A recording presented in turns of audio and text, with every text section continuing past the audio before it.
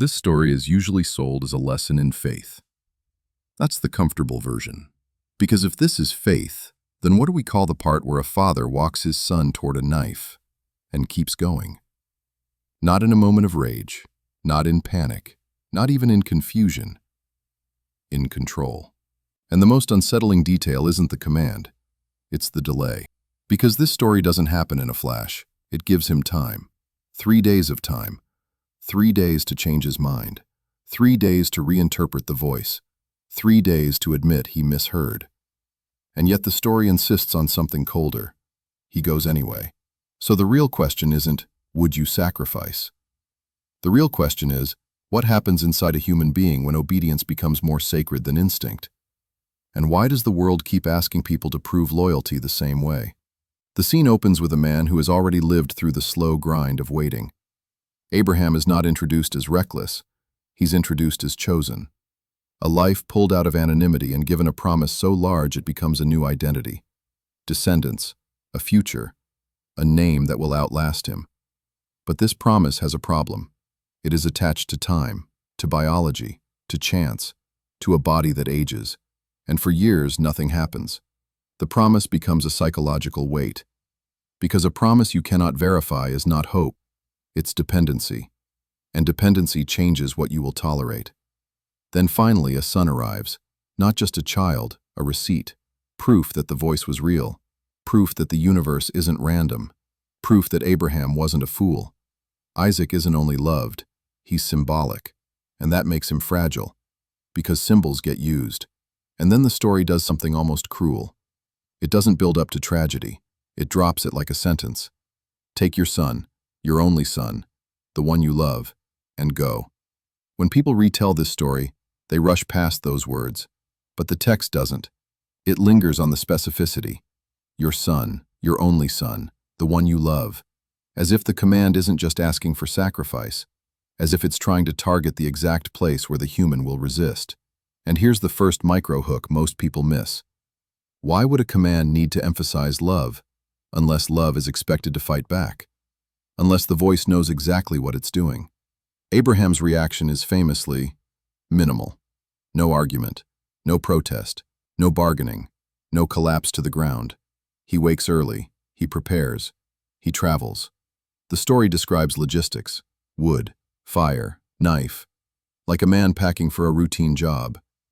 And that detail should make you uneasy, because if horror can be scheduled, it means it has already been normalized inside the mind. And that is the psychological pivot. This isn't a story about a sudden test. It's a story about a mind that has been trained long before the test begins. A mind that has learned a dangerous equation. If the voice gave me my future, then the voice can take it. And if the voice can take it, then my instincts are irrelevant. That's not faith. That's a transfer of authority, from the self to something outside the self. And once that transfer happens, anything becomes possible. The journey takes 3 days. 3 days where the story could have changed. 3 days where the knife could have been left behind. 3 days where the wood could have been dropped into a river. 3 days where Abraham could have told the servants, "I'm not doing this." But the story doesn't give us that. Instead, it gives us something quieter. Abraham brings servants. He doesn't isolate himself. He doesn't hide. He includes witnesses up to a point. Then, at the edge of the mountain, he tells them to stay. He tells them, "We will go. We will return." People treat that line as hope, but it can also be read as something more disturbing. A rehearsed lie, a compartmentalization, the ability to speak like a normal human while carrying something abnormal inside your chest. That's the first sign of a split, and splits are always where atrocities begin. Because to do something unbearable, a person often has to separate into two selves, the self that acts and the self that watches, the self that says, "This isn't me." And then the story gives you a detail that feels almost cinematic. Isaac carries the wood. The child carries the instrument of his own death, not because he's forced, because he doesn't know. And Abraham walks behind him with fire and a knife. You can almost see the composition: a father, a son, a mountain, and the unbearable space between what one knows and what the other believes. This is not only tension, it's asymmetry. And asymmetry is a form of power. Because when one person knows the truth and the other trusts them, the one who knows becomes dangerous. Then Isaac asks the question that should stop everything. He looks at the setup and he notices something missing. We have the fire. We have the wood. Where is the lamb? It's a child's question, practical, innocent. And in that innocence, there is an accusation the child doesn't even understand he's making. Because he is asking his father to confirm the logic of the world, to confirm that the rituals still mean what they always meant, to confirm the future is safe. And Abraham answers with a sentence that is echoed for centuries. God will provide. People hear comfort in that. But the sentence has another edge, because it can also mean, I will not tell you. I cannot tell you. I will not let reality enter this moment, because if I let it enter, I might become human again. And if I become human again, I might stop. So he continues, up the mountain, into the place where the story wants to show you how obedience looks when it is fully formed. They reach the site. Abraham builds an altar, stone by stone. The story forces you to imagine the time it takes, to arrange, to stack, to prepare. There is no frenzy. There is no accident. This is the part people want to blur. But the text doesn't allow blur. Then the most unsettling act happens. He binds Isaac. The child is old enough to carry wood, old enough to ask questions, old enough to understand fear. And yet the text doesn't record a struggle. No scream, no chase, no attempt to run. It gives you silence. And that silence is not a minor detail. It's the center of the psychological case study. Because it raises a question no comfortable retelling wants to touch. What kind of relationship produces a child who does not resist? Was Isaac compliant? Was he paralyzed? Was he trained to obey in the same way Abraham was? Or is the text hiding the mess because the story is not interested in realism, only in the principle? Either way, the pattern is terrifying. Because a world where the victim does not fight back is a world where violence becomes easier to justify. Then Abraham lifts the knife. And here is where the story becomes dangerous in a way that reaches beyond religion. Because the climax is not the knife. It's the fact that Abraham has crossed a line inside himself. He has proven to himself that he can do it. He has proven that no internal moral alarm is strong enough to override the command. And that proof rewires a human being. Even if the knife never falls, the willingness leaves a mark. This is where the story introduces the interruption. A voice calls out, "Stop! Do not lay a hand on the boy." And in the traditional reading, this is relief, a divine mercy, a dramatic rescue.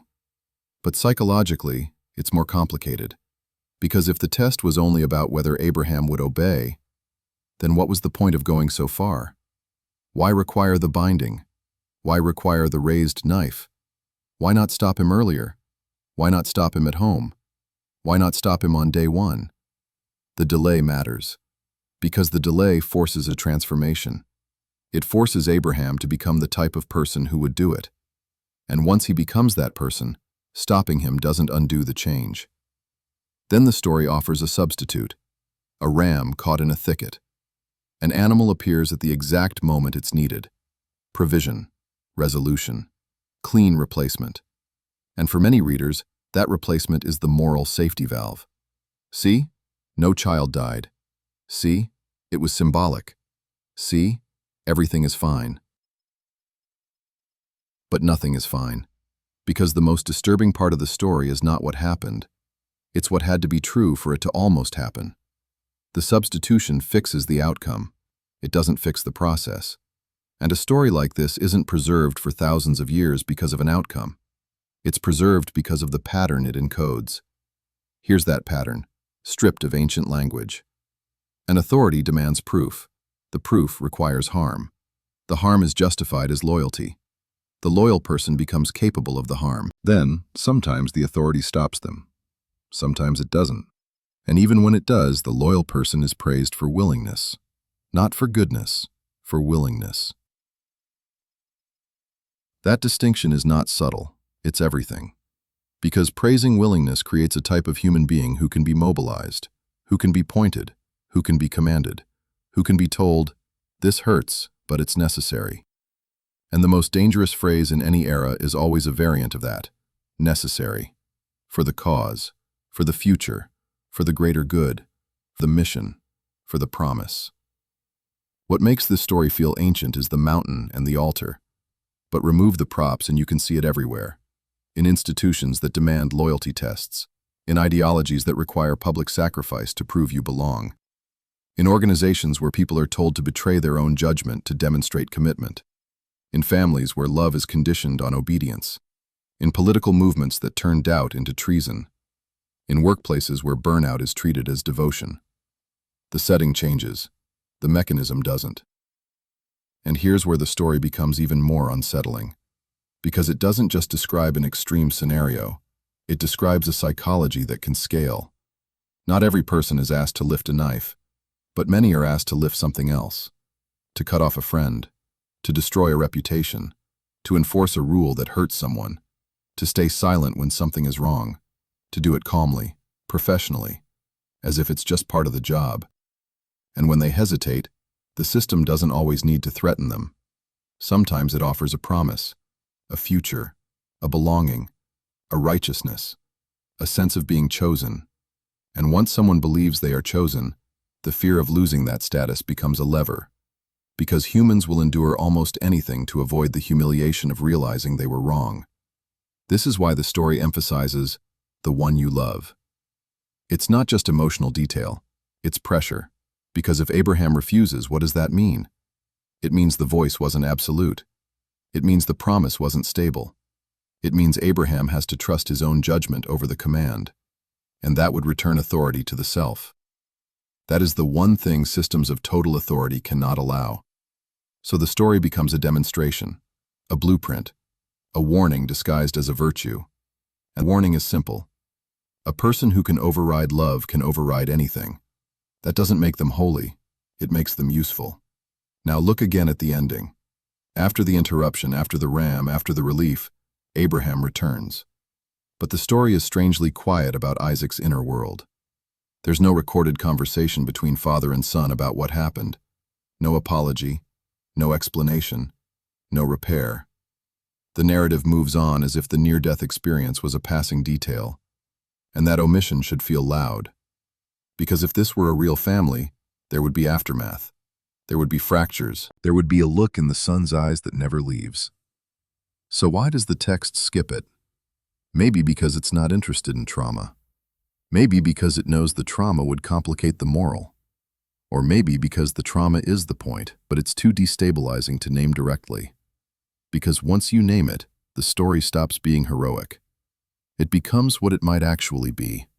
A portrait of what obedience can do to a bond. A portrait of how an abstract command can invade the most intimate relationship and turn it into a theater for proving loyalty. And that is not ancient. That is now. Every time someone says, "If you love me, you'll do this," they are building a small altar. Every time an institution says, "If you're loyal, you'll comply," it is tying someone down in invisible rope. Every time a movement says, "Prove you belong," it is asking for a sacrifice. Not always of blood, sometimes of conscience, sometimes of truth, sometimes of compassion. And the most chilling part is that many people will do it. Not because they are evil, but because they have been trained to believe that obedience is the highest form of goodness. That is the trap. The story ends with praise. Now I know. Now I know you fear. Now I know you will not withhold. And those words can be read as divine approval. But psychologically, they can also be read as the completion of a test that produces a predictable result. A human being whose highest value is compliance. A human being who has proven that even love is negotiable. And once you produce that human, you don't need mountains anymore. You can run the test anywhere. In a room, in a court, in an office, in a classroom, in a home.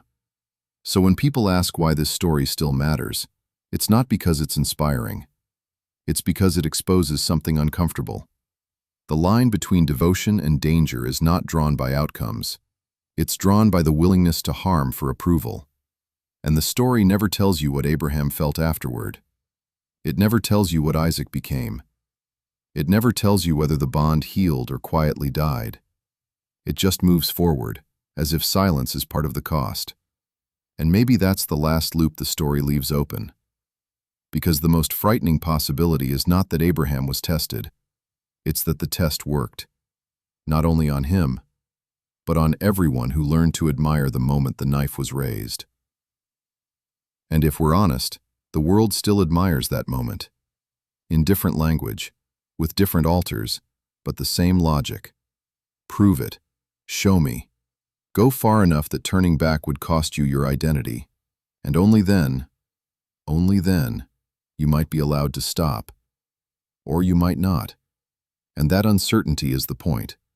Because a person who is willing to sacrifice what they love is a person who can be controlled forever. And the story doesn't end by answering whether that control is good. It ends by showing you the mechanism and leaving you with the question that still hasn't stopped echoing. When a voice demands your love as proof, who benefits from your obedience?